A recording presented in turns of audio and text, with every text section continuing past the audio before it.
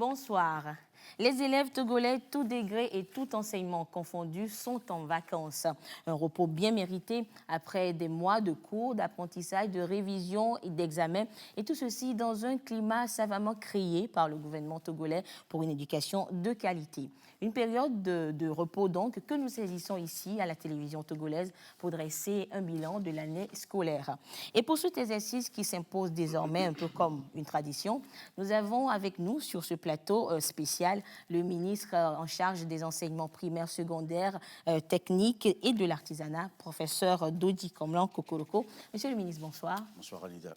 Alors, monsieur le ministre, le 15 juin dernier, donc, l'école togolaise fermait ses portes après 9 mois de cours avec des taux de réussite exceptionnels en comparaison avec des pays voisins, on va dire. Alors, monsieur le ministre, quel bilan dressez-vous de l'année scolaire 2021-2022?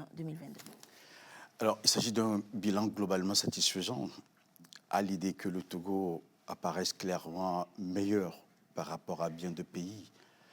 Et je ne boude pas mon plaisir devant ces résultats qui illustrent la qualité du travail accompli tout au long de cette année scolaire.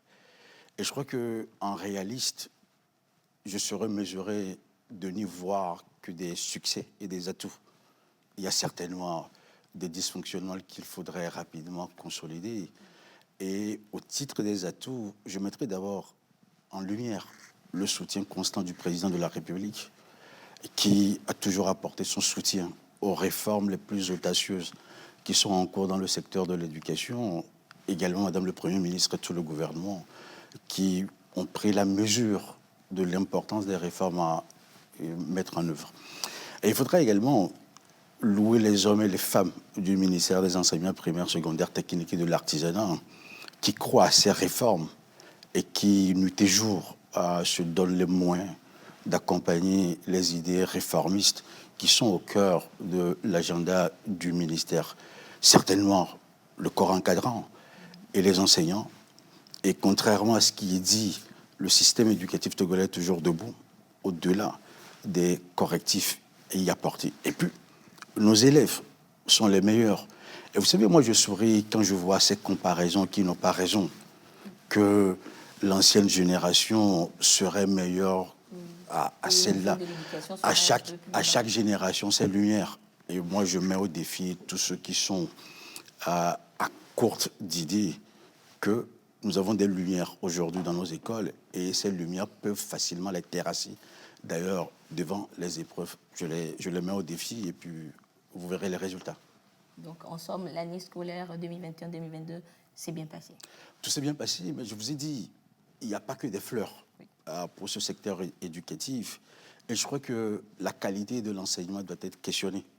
Le gouvernement apporte des solutions autant conjoncturelles que structurelles, mais je crois que nous devrions nous interroger sur la qualité de l'enseignement. Donc, est-ce qu'aujourd'hui, le système doit être toujours façonné par des enseignants volontaires? Je n'y crois pas, puisque si nous gardons ce format, la qualité de l'enseignement en pâtirait. Et de l'autre aussi, n'ayons pas peur des dysfonctionnements. L'approche par compétence aujourd'hui, qui est en vigueur au primaire et au secondaire, mérite réflexion. Et puis d'ailleurs, pendant les vacances, il y a un atelier, une évaluation de l'approche par compétence qui se définit comme l'approche de la réussite de tous. Mais avions-nous toutes les conditions pour la mise en œuvre de cette approche par compétence? Donc, il nous faut fendre l'armure, faire le bilan et apporter aussi des correctifs. Vous voyez, donc, je ne suis pas angélique devant ces résultats. Je les prends positivement. Je n'ai pas le succès modeste et ça, j'en suis fier. En revanche, oui, je m'interroge sur les différentes consolidations nécessaires pour un système plus résilient et plus fort. D'accord. Alors, monsieur le ministre, au titre des bons points, on va dire, durant l'année scolaire, on note ces taux de réussite. Enfin, c'est vrai que lorsqu'on compare à d'autres pays, on se dit que le Togo est bien placé. Alors, moi, je prends le taux de réussite au niveau du baccalauréat, deuxième partie. On est à plus de 74%. 34%. Alors, monsieur le ministre, dites-nous, est-ce que tous ces bacheliers-là seront tous accueillis et dans les universités publiques et dans les universités privées? Alors, les universités publiques et privées au Togo n'ont pas démérité. Et je crois que par rapport à ce taux de réussite au bac, ce n'est pas du neuf. Nous avons déjà oscillé l'année dernière autour de 70%, mais nous n'avons pas failli. Et ce que je voudrais simplement dire aujourd'hui, et le gouvernement en apporte les solutions. Est-ce que nous avons suffisamment de filières professionnelles? Non. Et c'est ça peut-être qui doit vous faire peur, principalement. Alors, aujourd'hui, nous devrions faire plus au niveau des IFAD, par exemple. Nous devons faire plus au niveau également de l'enseignement technique et de la formation professionnelle. Et cela ferait en sorte que tous les bacheliers ne viendraient pas dans les universités publiques ou privées. Et à ce niveau également, au niveau de ces universités, je crois qu'il y a un saut qualitatif qui est opéré. L'université de Lomé, par exemple, aujourd'hui, bascule de l'INSI et du CIC en une école polytechnique qui devrait pouvoir accueillir tous ces bacheliers. Et moi, je souris quand on parle de l'anglais. Autant nous avons une faculté des lettres et arts, mais l'université de Lomé est l'une des universités, peut-être la seule aujourd'hui, dans l'espace africain francophone, qui crée ou qui met en place un centre de langue pour véritablement upgrade les compétences en langue anglaise et autres. Donc, vous voyez, l'université s'adapte et de nouvelles filières se créent. Mais aujourd'hui, ne fuyons pas la réalité. Nous aurions probablement, nous avons 55 000 bacheliers au titre de cette année. Lomé aura probablement 25 000 à 30 000, Kara une bonne partie, et puis les universités privées. Alors, ça pose un problème de massification. Aujourd'hui, nous avons souvent 15 000 étudiants et nous risquons d'aller à 85 et 90. Cela pose deux problèmes majeurs. D'abord, la question des places assises. Et le gouvernement en est conscient, puisqu'au dernier Conseil des ministres, nous avons évoqué cette question à ce que le gouvernement puisse de nouveau doter les universités d'amphithéâtres à taille humaine. Et nous avons également le problème de recrutement des enseignants. Plus on a d'étudiants, il faudrait plus d'enseignants. Et également sur ce point, je reste optimiste que des réponses idoines et fines seront apportées. Donc, nous accueillerons nos étudiants, nos sœurs, nos frères, pour que le Togo soit davantage fort demain. D'accord. Alors, monsieur le ministre, l'école, c'est donc l'école est atout et faiblesse. Alors, dites-nous, alors, quelles sont les réformes, on va dire, structurelles et structurantes, justement, qui ont été engagées par votre ministère et puis, peut-être, ces réformes-là peuvent peut-être être prorogées dans les années qui viennent. Quelles sont ces réformes? Alors, sans faire la fine bouche, je vous ai déjà dit d'entrée de jeu que notre système éducatif a ses forces et faiblesses, que nous essayons de surmonter avec des réformes audacieuses. Et je comprends parfois les incompréhensions, les déceptions, mais l'intérêt général doit l'emporter sur les intérêts particuliers. Et vous voyez, quand nous questionnons aujourd'hui le secteur éducatif, c'est l'un des secteurs au Togo en réforme. Et je joins ici les forces et les faiblesses et vous dire ce que nous faisons concrètement. D'abord, sur la gestion du personnel enseignant. Ce que nous faisons aujourd'hui, c'est véritablement une évaluation ou une répartition à travers l'IRPP. D'accord. Et l'IRPP et l'emploi temps plein nous permettent véritablement de savoir que fait chaque enseignant et chaque enseignante. Et c'est cette stratégie de gestion du personnel qui nous a permis, par exemple, de débusquer 1111 enseignants fictifs, dont certaines situations étaient certes régularisées.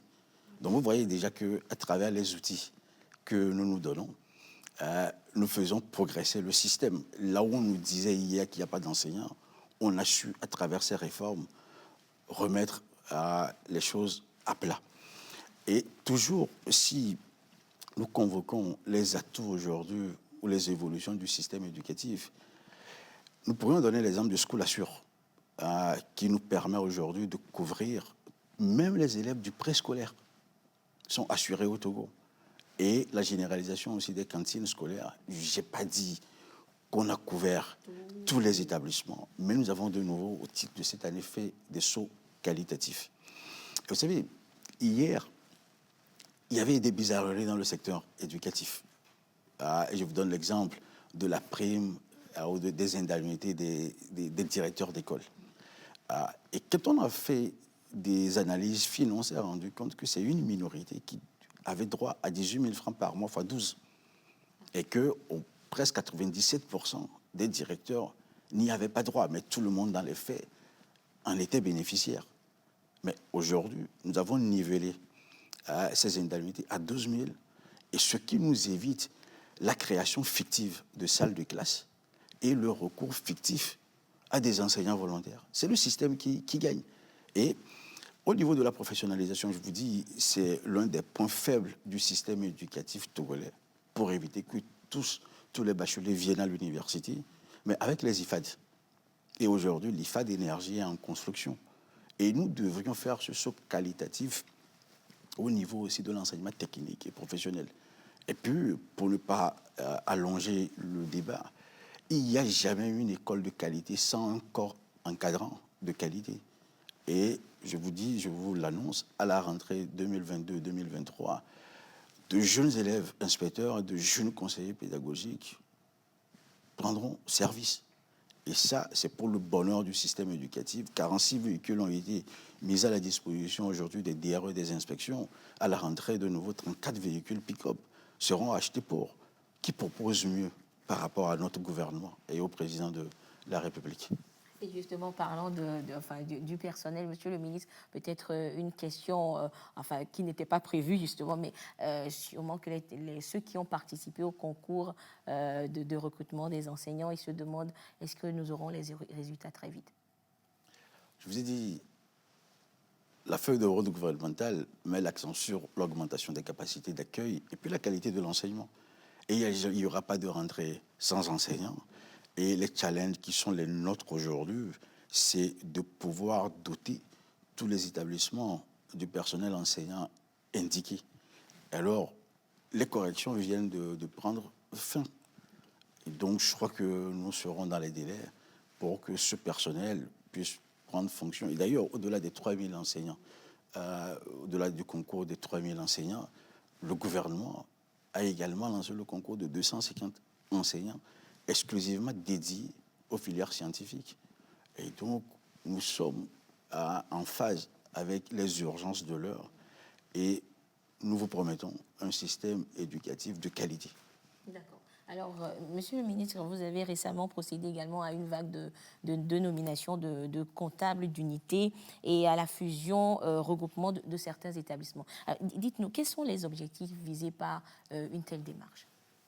Alors, vous avez évoqué la nomination des comptables d'unité et la fusion, regroupement d'un certain nombre d'établissements. C'est de la bonne gouvernance.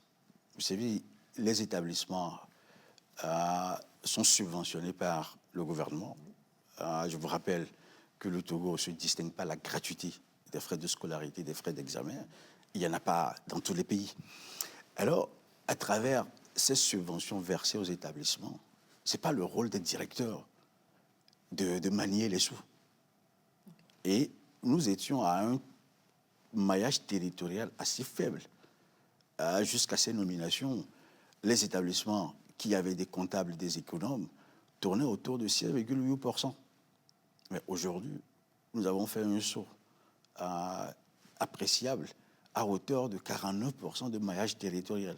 Je crois que c'est à saluer et ça nous évite ces questions de frais parallèles par ici, un directeur qui est à la fois administrateur et trésorier payeur. C'est des anomalies de gestion publique. Et vous avez également fait allusion à la fusion au regroupement des établissements. Vous savez, il n'y a aucune société évolutive qui n'ait pas de repères et de normes. Et je le dis en technicien, puis en politique. Et vous voyez, ce qui a failli plomber notre système éducatif, loin de considérer que les établissements d'initiative locale et les EV n'ont pas été d'un grand secours à ce système, mais cela ne peut pas rentrer dans le durable et le périn.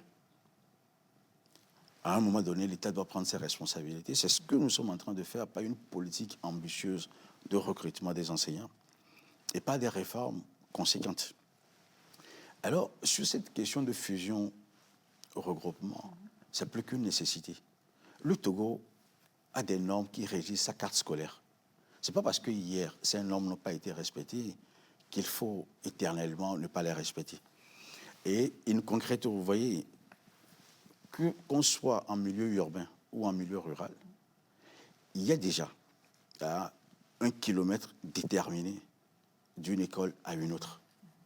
Et je vous donne un exemple assez basique. Si vous prenez le préscolaire, en milieu urbain, c'est 0,3 km. En milieu rural, c'est 0,5. Quand vous prenez le primaire, c'est 1 km en milieu urbain, 1,5 en milieu rural. Quand vous prenez le CEG, 1,5 en milieu urbain, 2 en milieu rural. Quand vous prenez le lycée, 2 en milieu urbain et 3 en milieu rural. Ces critères, et je vous mets au défi. Il y aura toujours des commentaires sagaces, salaces, mais je les mets au défi de faire d'abord ce travail technique. Ça, c'est le premier critère. C'est pas ça. Second élément qui doit interpeller chacun d'entre nous, parce que c'est des fonds publics qui servent à recruter, à affecter les enseignants et à construire des établissements et à les doter en équipement. Et qu'est-ce que nous avons observé? Et d'ailleurs, je vous ai dit, nous manions la technocratie et le politique. Et si nous devions être cohérents en appliquant mathématiquement les chiffres, la moitié des écoles au Togo seront fermées. Parce que quand je vous mets sur le terrain des effectifs, si vous prenez le primaire dans notre pays, il faut réglementairement 240 élèves. Pour parler d'un établissement scolaire. Et nous avons été assez réalistes en passant de 240 à 180. Cela voudrait dire à raison de 6 classes au primaire, donc 30 élèves par classe. Le Togo fait des progrès extraordinaires en ce moment. Mais quelle est la réalité appliquée à ces établissements? Nous sommes passés du préscolaire à 30, au primaire à 60. Voilà les exigences pour qu'on ne ferme même pas la moitié des établissements au Togo. Mais je vous dis, ces cas d'espèces que vous avez retrouvés dans les arrêtés fusion, regroupement, ce sont des établissements qui n'ont même pas 60 élèves au primaire.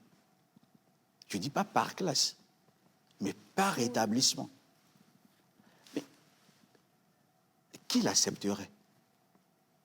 Et contrairement aux idées reçues, nous avons énormément tenu compte aussi des obstacles de la géographie.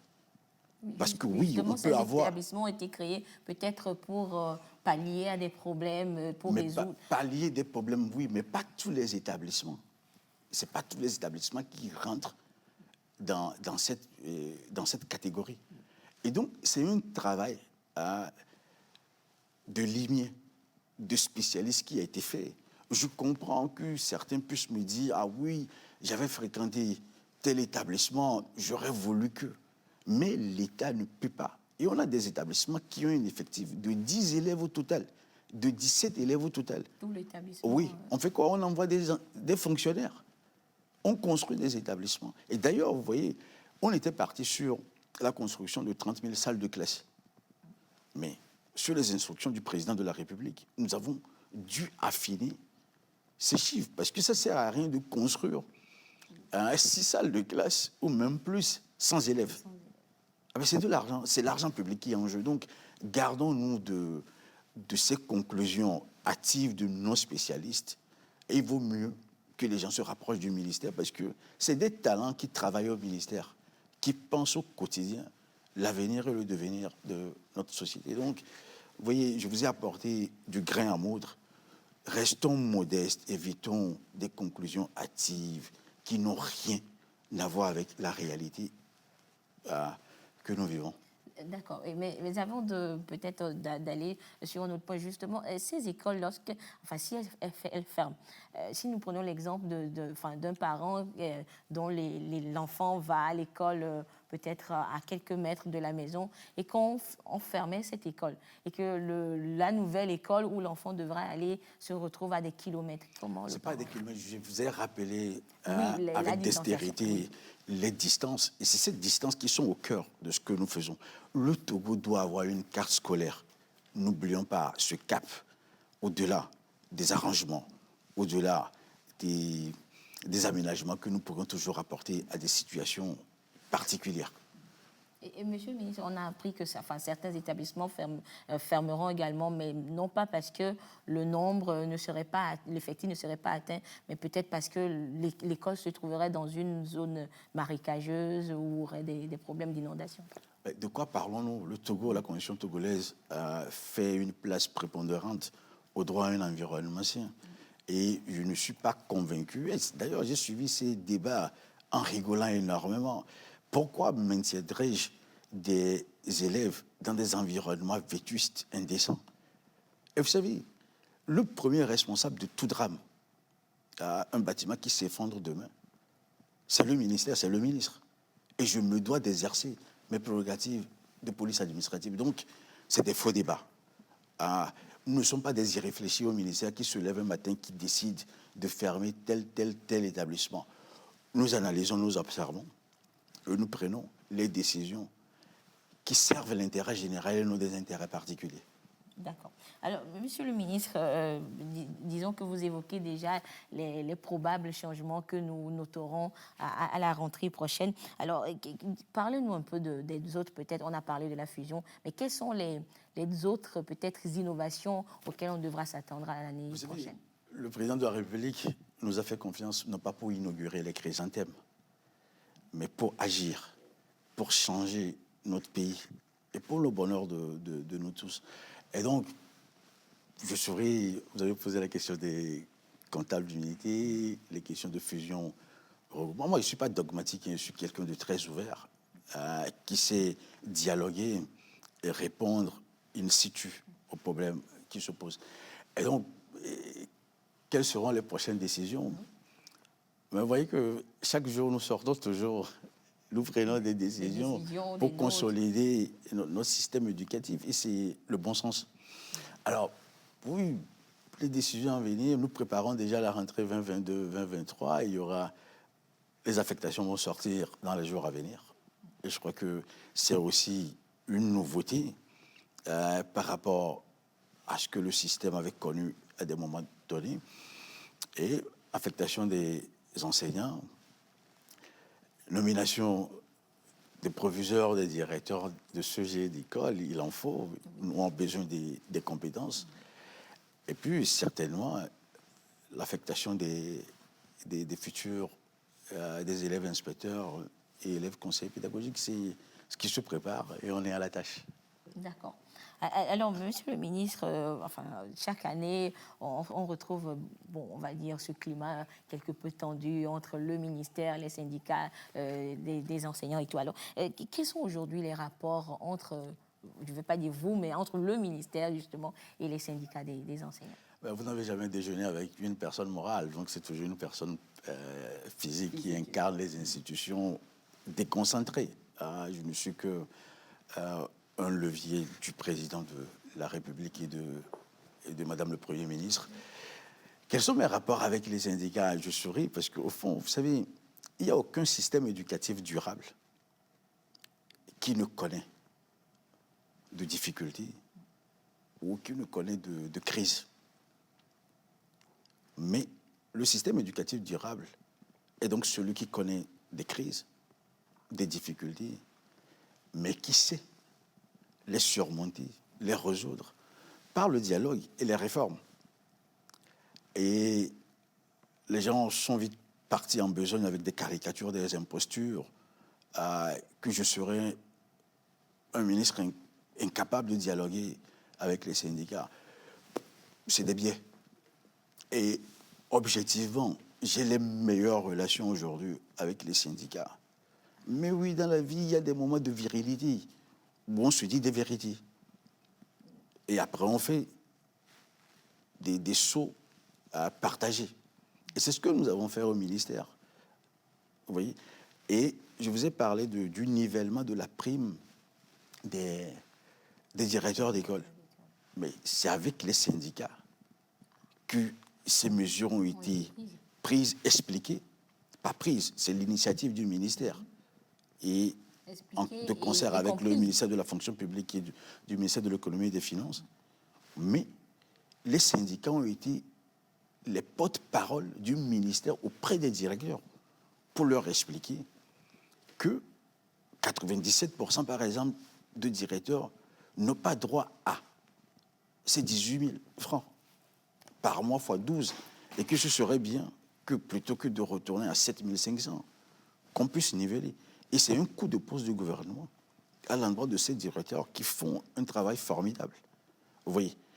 Et je vous dis, le dialogue est permanent avec les syndicats du secteur de l'éducation. Ce sont des acteurs clés. C'est des acteurs clés. Les différents projets que le ministère porte aujourd'hui sont expliqués à ces syndicats qui font des propositions amélioratives. Donc, vous voyez, ne restons pas dans de fausses guerres. Moi, je n'ai aucun problème avec des syndicats du secteur de l'éducation. Nous communions ensemble. Nous pensons ensemble aujourd'hui les difficultés, les dysfonctionnements du système et je les mets à contribution pour apporter des solutions. Donc, je me sens heureux dans ma posture et dans mon rôle de construire notre avenir commun avec des acteurs qui ont envie que le Togo avance.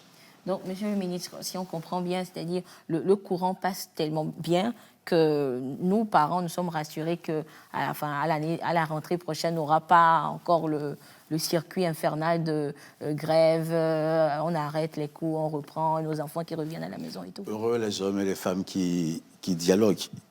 Et je crois que c'est ce que nous faisons, sans considérer qu'il n'y aurait pas des achoppements, des incompréhensions, mais je crois que toujours par le dialogue, on les surmontera. Et ce que nous apportons comme solution aujourd'hui aux syndicats, c'est la détermination, la volonté du gouvernement de créer de nouvelles pages avec ces syndicats. Et ce n'est pas du déclaratoire, mais c'est du concret. Voilà. D'accord. Alors, Monsieur le ministre, au titre des innovations à attendre peut-être l'année prochaine, on pourrait évoquer l'anglais, le Togo qui a adhéré au Commonwealth, il y a quelques semaines déjà. Alors, doit-on s'attendre, Monsieur le ministre, déjà peut-être à l'anglais, bon, on ne va pas dire à l'imposition, mais à l'anglais quand même au niveau du primaire l'année prochaine pour nos enfants? Vous savez, il faut sortir de nouveau des sentiers battus. Disons-nous des vérités les yeux dans les yeux. Il vaut mieux aujourd'hui être bilingue que de ne pas l'être. Et loin de toute imposition, de tout dictat. Je crois que chacun doit prendre conscience de la place de l'anglais dans ce monde. Maintenant, comment appréhendons-nous l'introduction de l'anglais et particulièrement au primaire? Les choses ne se décrètent pas. Aujourd'hui, nous sommes en réflexion. Nous prenons beaucoup de contacts pour faire aussi bien que les autres. Mais je crois qu'il y a deux enjeux qui se profilent à l'horizon. Vous savez, le meilleur âge pour apprendre une langue, c'est l'adolescence, c'est le bas âge. Et je crois que le président de la République a eu raison de prendre à bras le corps ce processus d'adhésion, ce qui est aujourd'hui effectif. Et donc, de deux choses l'une. Vous savez, quand vous prenez le cours primaire, il y a 6 classes. Et j'invente rien en pédagogue. Hein. Nous avons la possibilité de faire passer toutes les classes à l'anglais. Donc du CP au CM2. De la même manière, donc ça fait 6 ans d'anglais. De la même manière, on peut décider de faire 3 ans d'anglais au primaire. Donc ça peut être au CP1 ou au CP2, au CE2 et au CM2. Ça prépare pour le collège. De la même manière, on peut décider de ne privilégier qu'une année complète et les élèves sont bassinés à l'anglais. Et de l'autre, vous savez, les gens font comme si le Togo serait le premier pays à introduire l'anglais dans son système éducatif. Oui, mais le Togo n'est pas bilingue. C'est vrai, mais nous parlons déjà l'anglais. Nous enseignons, parlons l'anglais au collège. Au niveau du collège, oui. Bon, non, ne dramatisons rien. Et à ce niveau également, vous savez, il y a des étapes. Et si nous prenons le cours préparatoire, Ça peut être tout simplement du listening. Ce sont des audios dédiés aux enfants, leur permettant de pouvoir nommer un certain nombre d'objets. On peut évoluer, on arrive au cours élémentaire, ça va être du listening, mais avec du speaking. Et puis au niveau du CM2, on fait un composite avec le listening, le speaking, le reading et le writing. Mais ce n'est pas sorcier. Mais comment avez-vous appris à parler l'anglais en 6e? Vous découvrez l'anglais. Oui, mais on avait un certain âge avant de... C'est plus compliqué d'ailleurs. C'est pour ça d'ailleurs que des gens, des amis, des collègues cartouchaient en anglais, ce qui ne devrait pas être le cas. Alors dédramatisons le débat. Nous introduirons. Et certainement, si au titre de la rentrée 2022-2023, on verra, ça peut être à titre expérimental. On prend certains établissements et on fera le bilan. Des établissements pilotes. Oui, et puis il y aura une phase de généralisation. Vous savez, de quoi avons-nous peur? Non, mais monsieur le ministre, à l'idée que nous avons les idées et les parents se disent qu'au lieu de peut-être d'introduire l'anglais au primaire, parce que déjà, il faudrait que les enfants aient une base solide en français, qu'ils maîtrisent le français d'abord, pourquoi ne pas intensifier plutôt l'éducation l'anglais du 6e jusqu'en terminale? Madame Alida, c'est des faux débats. C'est des faux débats.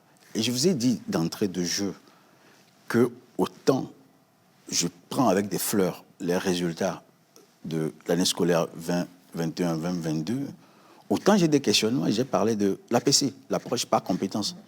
Et cette approche par compétence, elle crée des dysfonctionnements. Non pas parce que l'approche en elle-même serait inadaptée ou serait impropre à l'environnement, mais nous n'avons pas réuni toutes les conditions. D'accord? La formation des enseignants pour l'APC, le suivi des enseignants, la mise à disposition de ressources éducatives. Voilà les éléments sur lesquels on est plus ou moins en retard. Il faut corriger ces dysfonctionnements. Et je vous ai dit, derrière, oui, il y a la question de la maîtrise de la langue française et des mathématiques. Mais vous savez, je vous dis, ça ne suffit pas pour dire que les élèves de cette génération, c'est des faux débats. Je vous ai dit, ils vont les terrasser. En revanche, et je vous ai dit qu'il y a une évaluation de l'APC durant ces vacances, c'est de pouvoir trouver les fines solutions pour revoir le niveau de nos élèves en français et en mathématiques. Nous ne fuyons pas le débat. J'en suis conscient que derrière ce taux de réussite, il y a quand même des corrections à faire. Mais vous savez, pourquoi les gens ont un faible niveau en français et en mathématiques? Parce qu'ils n'ont pas, quelque part, un corps enseignant bien formé et compétent. Et je vous dis, le système ne pourrait pas éternellement évoluer avec des EV. Et au titre d'ailleurs des réformes, c'est la réforme de l'ENS et des ENI. Oui, il faut que même les établissements privés confessionnels recourent à des enseignants formés désormais dans les ENI et les ENS. En ce moment, personne ne dirait plus être payé au lance-pierre. Est-ce que vous voyez? Et les concours de recrutement, l'État s'y est engagé et l'État joue sa partition. Donc, je vous dis que sur le global, le système est pensé et repensé et les solutions seront trouvées. Mais ce n'est pas parce que... Vous savez, dans l'ancienne génération, tout le monde maîtrisait l'anglais, le français et les maths. N'exagérons rien.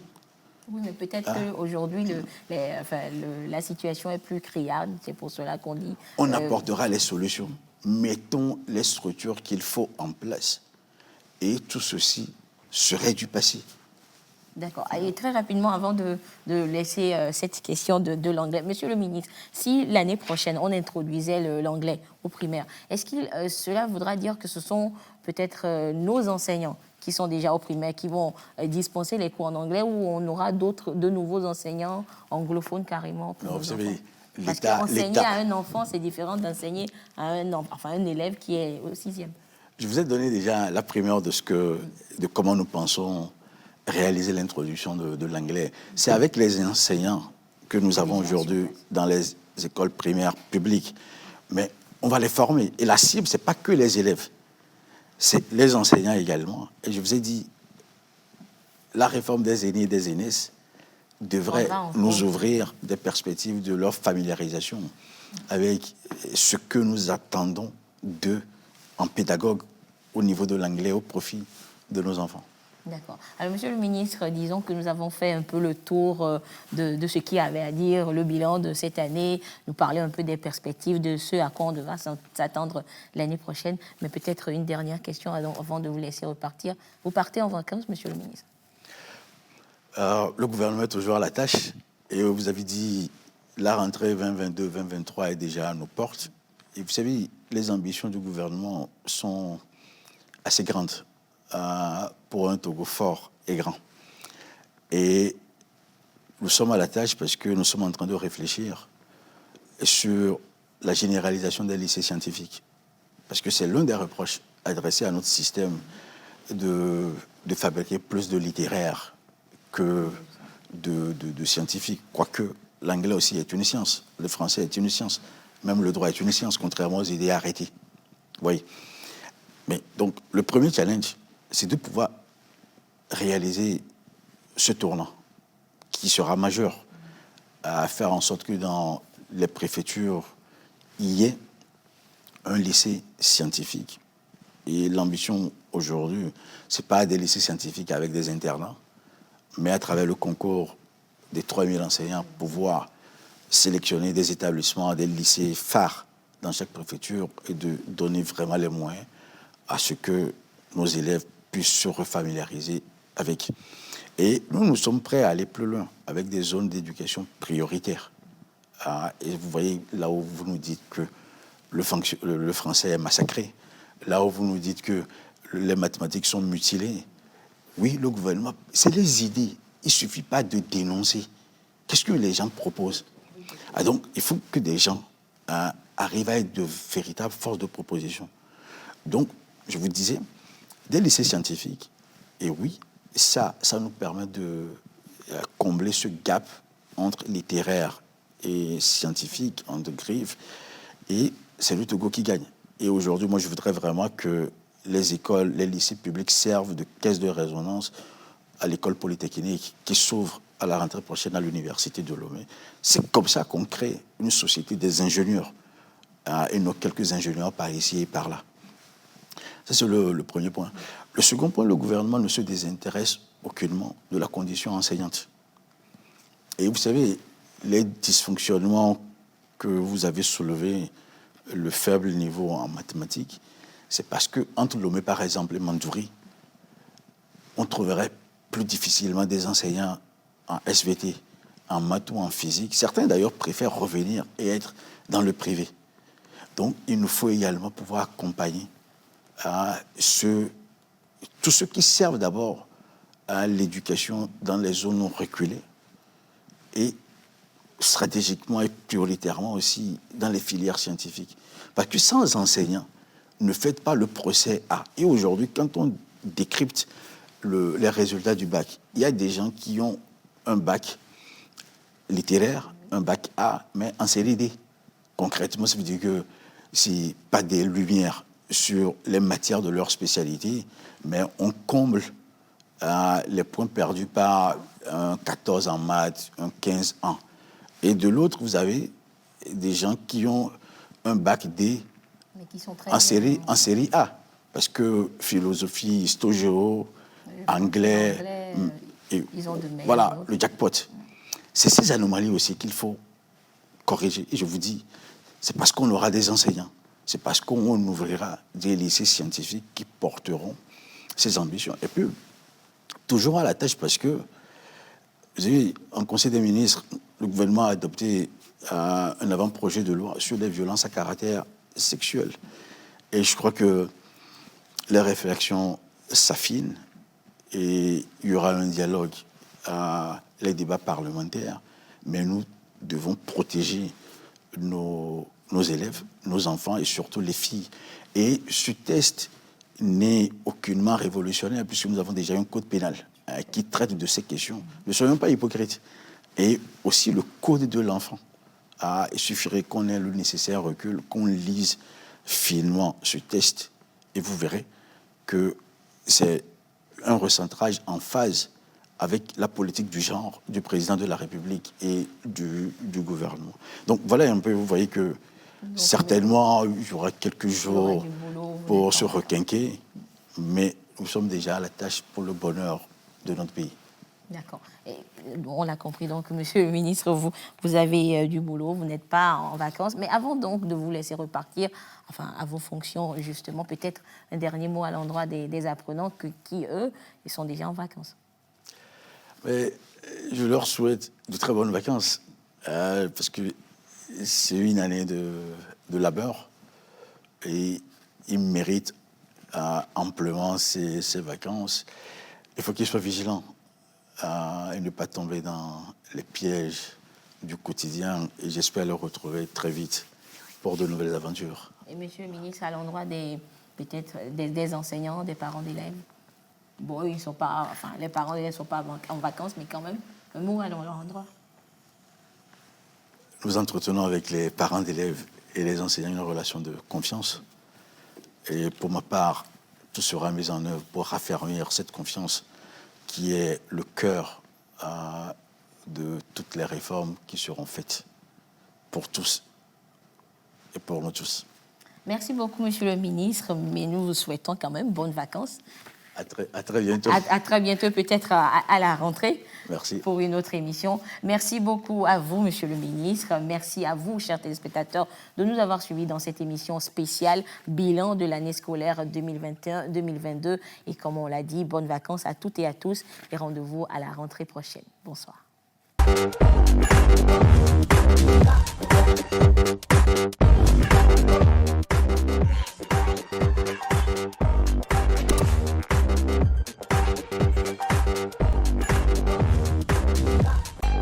Thank you.